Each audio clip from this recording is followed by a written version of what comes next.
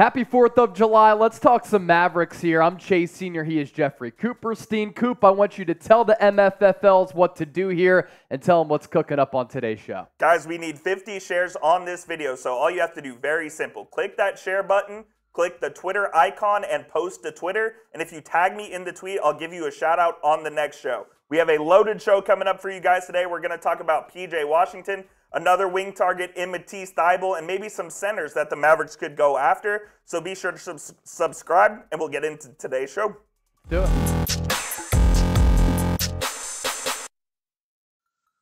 Welcome into Dallas Mavericks Today. Hope all of you out there are having a fantastic Independence Day, whether you're sipping on a beer, non-alcoholic beverage, taking down some hot dogs, hamburgers, sitting by a pool, or taking in your Mavericks content as NBA free agency continues. Let's get to this from Tim Cato of The Athletic, and this really does set the foundation for a lot of what we're about to talk about here. The Mavericks' expectation coming into the summer was to sign a wing defender while trading for a starting center, even a stopgap one.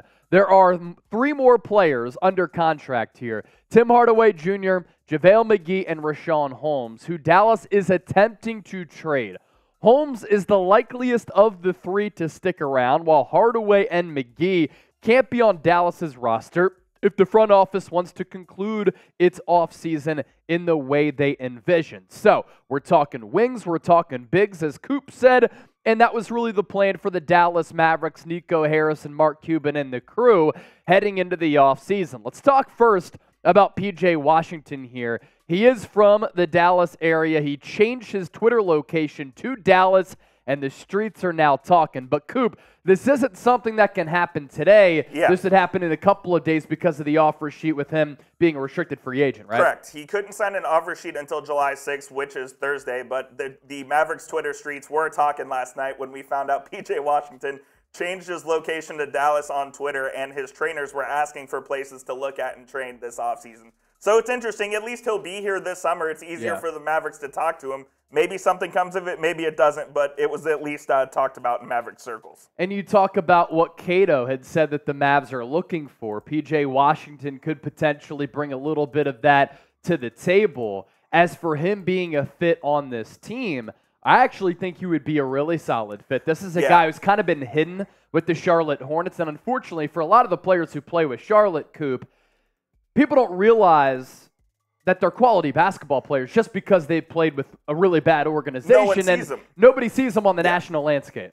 Yeah, no, Washington would be a great fit for the Mavs if we take a look at his stats over his last 4 years. He's averaged more than 10 points a game, and he's a guy who can rebound the ball as well, right around 5 rebounds for his career, and he's a decent three-point shooter. And so he can do it all on the offensive end as well, but more importantly, he can defend both 3s and 4s, and that's something that the Mavs have lacked for the last 5 years. Yeah, and this past year, probably the best season of his career. The numbers certainly inflated on a bad team. I think with Dallas, you'd be able to slot him in anywhere between 10, 12, maybe 13 points per game, just because his usage might be down a little bit. And there is a little bit of a player comparison behind what he can bring to the floor, as well as a guy like Grant Williams, who I know you and Harrison have talked a lot about here on the show. And their numbers from this past year, like Grant Williams, if he were to come to the Mavericks and assume a little bit of a larger role with a little bit more PT, he could give you about 10 points per game. He, too, can shoot the 3, as evidenced by him knocking down about 39.5% of those attempts. Yeah, and there were rumors earlier in the free agency period that Charlotte was going to give an offer sheet to Grant Williams, and if that's the case and he ends up heading to the Hornets, that could free up P.J. Washington to come to the Mavericks. Yep. To a point where they wouldn't even consider matching it, and it would free up Washington to just sign with the Mavs outright. So I think that could be a scenario we see. We just have to wait until Thursday. Yeah, and you see some of the information down below, and at least some of the opinions that we're sharing here on Mavericks Today. Like if Charlotte does give that offer sheet to Grant Williams, and the Mavs should go all in on P.J. Washington, that could be your number 1 option between these two, or a good backup plan depending on how you rank these 2 players. So with that, we'll ask you this. Pick one. Grant Williams, type 1, or P.J. Washington, type 2. Let us know down below in the comment section. If you're a true Mavs fan, type MFFL down in that comment section as well. And keep your eyes glued to the channel For any Mavericks news out there, the channel's been humming. Appreciate all of the support out there. We are approaching 24,000 subscribers. So if you want year-round content on the Mavs from Harrison, who's a Mavs guy, Coop, Mavs guy, me filling in today, don't rip me. I'm just doing my job. Then hit that sub button right now. Sometimes I'll fill in as well if you like me. If not, I'm sorry. Option number 3 for Dallas here. If the Mavericks strike out on Grant Williams and P.J. Washington, Matisse Thybulle could also be an option here. He, too, a restricted free agent. He was traded by the Philadelphia 76ers to the Portland Trail Blazers for Jalen McDaniels and what ended up being the 34th overall pick in the draft. And this is one of the premier and best wing defenders in the NBA. When he was playing at Washington, he was awesome. Gets drafted in the first round by Philadelphia. He had a lot of great moments, but eventually his three-point numbers never improved. And because of that, he was a liability throughout the playoffs and played off the floor throughout the playoffs. He admitted that he struggled basically in dealing with the pressure playing for the 76ers in front of that fan base in a city that can be a pressure cooker. So he goes to the Blazers, where he also admitted that the pressure was off me because there wasn't so pressure on me headed to Portland because of the sky-high expectations in Philly. I'm from Philly, so I know all this information. And Coop, what do you know? He ends up playing a lot better. His minutes go up because at moments he was out of Doc Rivers' rotation. He goes from 12 minutes per game to nearly 28 minutes per game, and the three-point numbers actually go up to 39%. If he can just be 36, 37%, he could be so valuable in this league because he's already one of the best defenders in the sport. A couple of years ago, he had this marvelous defensive showing against Steph Curry when the Warriors came to Philly, and he locked him down. Did as good of a job harassing him on Curry as I've seen anybody do at the NBA level. Long arms, very active, getting his hands and his arms in passing lanes that leads to steals, deflections, opportunities on that fast break to go the other way. He just needs to be a league average three-point shooter to be so valuable for a championship team, and he's still young. We've talked about this multiple times. If he, like we said, if he would just be league average from three, he's one of the most valuable wings in the NBA. Yeah. I think he would be a $15 million a year player if that were the case. I love the fit here for the Mavs just because they need someone who can be an elite defender. They have Reggie Bullock, who is a good defender, but they ask him to do way too much, and he expends all his energy on the defensive end, which in turn doesn't let him be very effective on the offensive end. So they need a guy like Thybulle or like P.J. Washington, Grant Williams, that is able to do it on both ends of the floor. And I kind of think if Thybulle comes to the Mavs, he's able to do that. I think if he sits in the corner on offense with Luka and Kyrie, he'll be able to knock down those corner threes. No, I agree. And his numbers over the last 4 years from a points per game production standpoint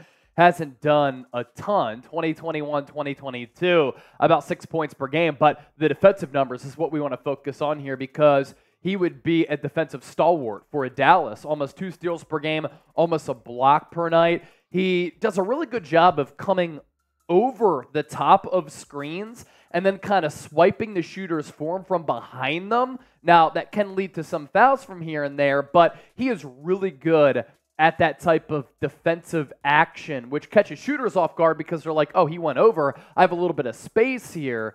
So that's what he's really good at, and on this team, I think he'd be a good fit. And I think he could be had for probably less than the full mid-level Prove exception. it deal or something, So yeah. I wonder if the Mavs are able to just kind of get him on the cheap, and they could use the rest of that mid-level on another player that they maybe like. Yeah, if I'm him, I'm taking a short-term deal, and I'm trying to go to a championship-level team where I can play a lot, where I'm needed, like a team, including the Dallas Mavericks, and just work on that three-point shot all throughout this offseason. He's played for the Australian national team. I'm not sure if he's going to get in those reps throughout this offseason for Team Aussie, but either way, just get in the lab, improve that three-point shot, and if he does, we're talking about a guy who can be worth $12 to $15 million per year if he can prove that he can hit that three-pointer from deep. So your interest level in Matisse Thybulle, what is it? Let us know. Down in that comment section, 1 to 101, not confident at all, or not interested at all, 100, very interested, let us know. And then we'll also get to this, Mavericks acquiring a center here. Oh, look at who the Mavs could be targeting in the trade market if they want to target a big. Now, let's look at the own Maverick centers, right? Because they have too many of them currently, and they're going to have to get rid of 1 or 2. It's not going to be Derek Lively, you would imagine, because they just drafted him, or do they draft him and then try to flip him to a team that doesn't need to play him right away, because I don't think he's going to get minutes right away. Tim Cato mentioning you could trade Richaun Holmes. Obviously, getting off that JaVale McGee money would be ideal. I like Dwight Powell as a backup, but what are your thoughts here, Coop?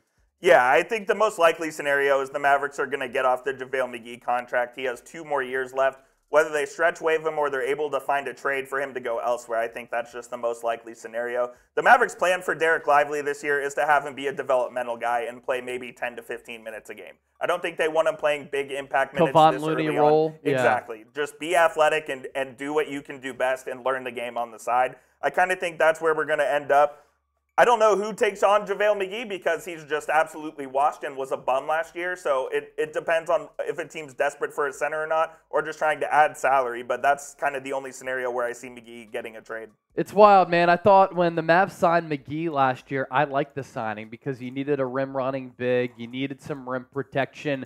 He wasn't able to give that to Dallas at all. And they promised him the starting center position, and that was gone within 2 weeks because you just saw he couldn't play whatsoever. He was that bad. So let's look at some center trade targets here. DeAndre Ayton, that name is still in the wind. Like, I think that could still happen. Yeah, I think it still could happen as well. It depends on if the asking price from Phoenix goes down. The sticking point was JaVale McGee. They didn't want him involved in the deal, but if the Mavs are able to offload him in that trade, I think that would be their number one option. The Mavs were also in talks with the Hawks on Clint Capela on draft night, but that didn't pan out. This one I kind of like. Zubac. Yeah. He's number one, he's a Mavs killer. He always plays great against the Mavs. And number 2, there's been some rumblings that he's been made available by the Clippers. I think he'd be an interesting game. Yeah, and then you have Daniel Gafford there as well, who would definitely be the last option as far as impact talent goes among these 4 trade targets here on your screen. So Ayton, Capela, Zubac, and Gafford. Shout out a center that you think the Mavs should trade for here. Coop, if you had your choice, who'd you go with?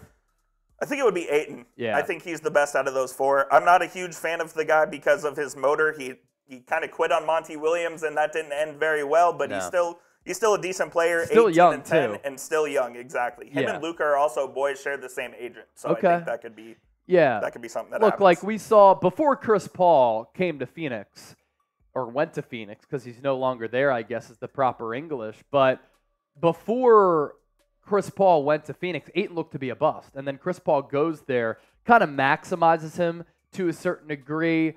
And while there were frustrations from Ayton toward Monty Williams, his role, his playing time, I think it's become pretty clear that he's best as like a secondary third option. That's what he would be. That's what he would be on the here Mavericks. with Luka and Kyrie. Yeah, and can Jason Kidd get the best out of him as well. So shout out that center that the Mavs should trade for, and obviously got to subscribe to the show, man. You and Harris have been doing a great job. Views have been awesome. Subscribers awesome as well. Let's keep grinding. Free agency still here. And hopefully the Mavs do something here on July 6th when restricted free agents are able to sign some offer sheets. Appreciate y'all for watching. We'll catch you next time here on Mavericks Today. Have a great 4th of July.